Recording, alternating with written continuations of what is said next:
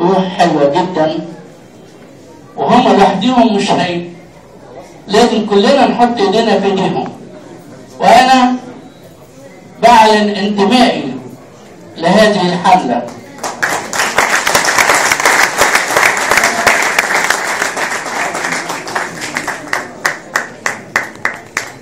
ربنا يوفقهم.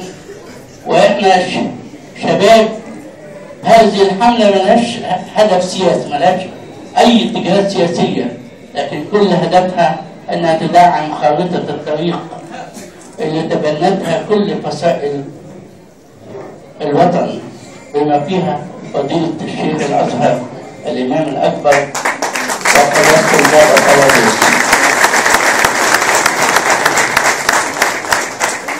تحية حب واجلال لفضيلة الامام الاكبر شيخ الازهر